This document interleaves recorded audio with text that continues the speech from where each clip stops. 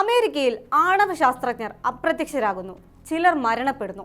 അമേരിക്കയിലെ അതീവ സുരക്ഷാ മേഖലകളിൽ ജോലി ചെയ്യുന്ന 10ഓളം ആണവ ശാസ്ത്രജ്ഞരെ കാണാതാവുകയോ അവർ ദുരൂഹ സാഹചര്യത്തിൽ മരിക്കുകയോ ചെയ്തുവെന്ന റിപ്പോർട്ടുകൾ ലോകമെമ്പാടും വലിയ ചർച്ചയാണ് ഇപ്പോൾ. പലരും വീട് വിട്ടിറങ്ങി ഫോണോ പേഴ്സോ താക്കോലോ ഒന്നും കയ്യിലെടുക്കാതെ നടന്നു പോയതായാണ് റിപ്പോർട്ട്. പിന്നെ ഇവരെക്കുറിച്ച് യാതൊരു വിവരവുമില്ല.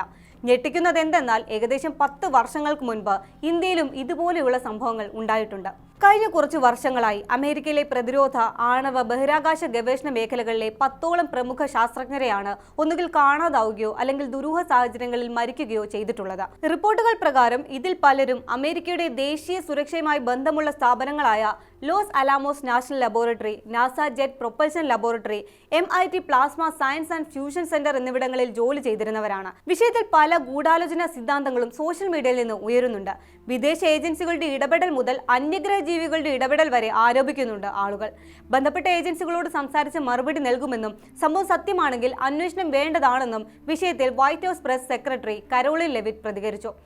വിഷയത്തെക്കുറിച്ച് ഉന്നതതല യോഗം ചേർന്നതായും അടുത്ത 1.5 ആഴ്ചയ്ക്കുള്ളിൽ ഇതിന് വ്യക്തമായ മറുപടി നൽകുമെന്നും പ്രസിഡന്റ് ഡൊണാൾഡ് ട്രംപ് അറിയിച്ചിട്ടുണ്ട്. ഇതൊരു യാദൃശ്ചികത മാത്രമാണെന്ന് ഞാൻ വിശ്വസിക്കാൻ ആഗ്രഹിക്കുന്നു.